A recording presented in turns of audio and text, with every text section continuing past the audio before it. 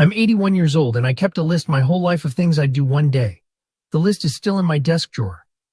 I looked at it this morning. Most of the handwriting has faded. Some of the pages are yellow now, and almost nothing on it ever. That's what I want to tell you about.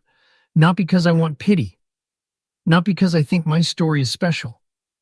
But because I sat in this chair last Tuesday, looked out at the bird feeder my wife put up 30 years ago, and realized I have maybe 2 or 3 winters left. Maybe less. And when that thought finally becomes real, not abstract, but real, you start to see your life differently. You start to see all the waiting. I was the kind of person who planned. I was responsible. I showed up to work early. I paid my bills ahead of time. I never missed a deadline in 43 years at the same company. People respected me for that. My boss called me reliable. My neighbors called me steady. But I was also the kind of person who said one day more than anyone I knew. One day I'll take Barbara to Italy. She always wanted to see Florence. One day I'll learn to play the piano. There was one in my grandmother's house when I was a boy, and I never forgot the sound of it. One day I'll write letters to my kids, real letters, telling them what they meant to me. One day I'll slow down. One day I'll rest. One day I'll live the life I kept putting off. I said those things for decades, and one day never came. Let me go back to the beginning, because that's where it makes the most sense. When I was 24, I married Barbara. She was 22. We didn't have much. Our first apartment had one window, and in winter the pipes would freeze. But we were happy. We used to eat dinner on the floor because we didn't have a table yet. She'd put a candle between us, and we'd talk until midnight. I remember one night she said, "What do you want your life to look like in 30 years?" I told her everything. I told her I wanted to travel. I wanted us to see the world. I wanted to build something meaningful. I wanted to be the kind of man who lived fully, not just carefully. She smiled and said, "Then let's do it." And I said, "We will. One day. Once we're more stable." That was 1967. Here's the thing no one tells you. When you're young, time feels like a resource you can't run out of. You treat it like water from a tap. There's always more. You make decisions based on the assumption that you'll have decades to correct them. So when my daughter was born, I told myself I'd be more present later, once the promotion came through. When my son started playing baseball, I told myself I'd make more games later, once things slowed down at work. When Barbara asked if we could take a trip for our 20th anniversary, I told her maybe the 25th would be better. We'd have more saved by then. More time. She didn't argue. She just nodded. She always nodded. And I didn't realize it then. But every time I said later, I was making a choice.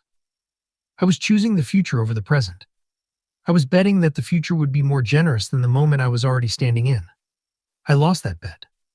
The years passed in a way that still doesn't make sense to me. One moment I was 35 and coaching my son's little league team. Badly. But I was there that season. The next moment I was 50 and he was grown and living across the country. I blinked and my daughter had a daughter of her own. I blinked again and Barbara's hair turned white and she started getting tired in the afternoons. Where did it go? I used to wonder that. Now I know. It didn't go anywhere. I just wasn't paying attention.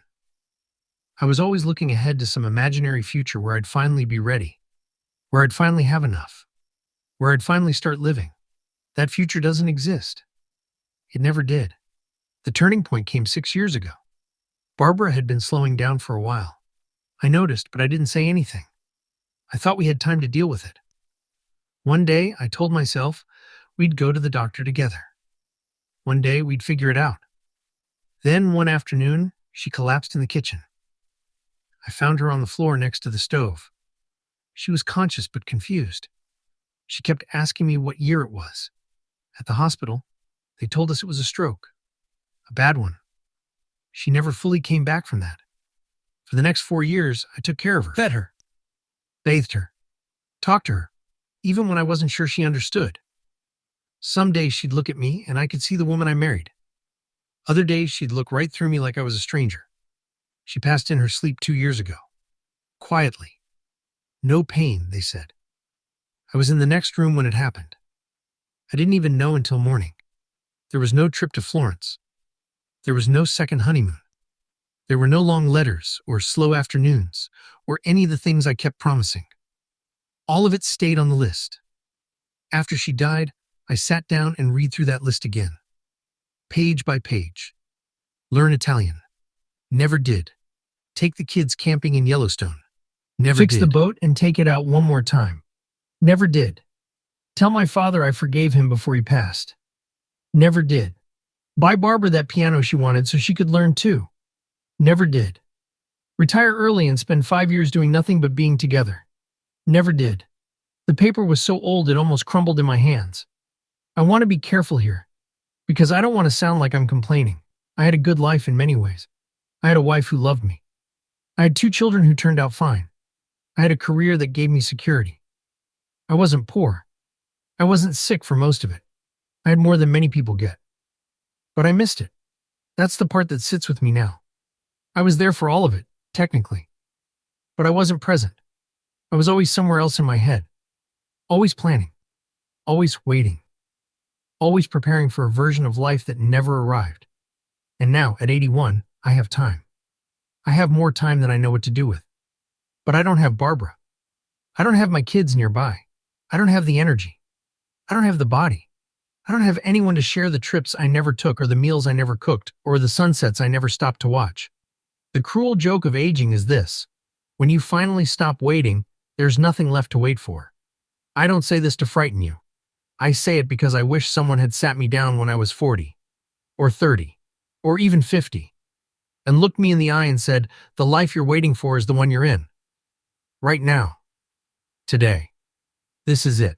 There's no other version coming. I would have argued with them. I would have said they didn't understand my responsibilities, my mortgage, my job, my obligations. But maybe, just maybe, I would have heard them. Maybe some part of me would have let it in. That's why I'm talking now. Not to tell you what to do. I don't know your life. I don't know your burdens. I don't know what you're carrying or what you've already lost. I'm not here to preach, but I'll ask you something. What are you waiting for? What have you pushed to one day so many times that it's become invisible? What conversations are you avoiding? What people are you assuming will just be there later? What version of yourself are you saving for some future that might not come? I don't have answers. I only have an empty list and a quiet house. I think about Barbara every morning. I talk to her sometimes, out loud, when no one's around. I tell her I'm sorry. I tell her I wish I'd done it differently. I tell her about the birds at the feeder. I don't know if she hears me. But I keep talking anyway. Because that's all I have left now. Words I should have said sooner. Time I should have spent better. Love I should have shown when it mattered. If any of this stayed with you, I'm glad. I don't need you to subscribe or follow or do anything for me. I just needed to say it out loud while I still can. The days don't wait. They pass whether you're paying attention or not. And one day, if you're not careful, you'll sit where I'm sitting. Looking at a list you never got around to. Wondering where it all went. I'm 81 years old. My hands shake when I pour coffee now. I can't drive after dark anymore. Some mornings it takes me 10 minutes just to stand up from this chair. But I'm still here. And so are you. That means it's not too late for you. Not yet. Don't wait. Please. Don't wait.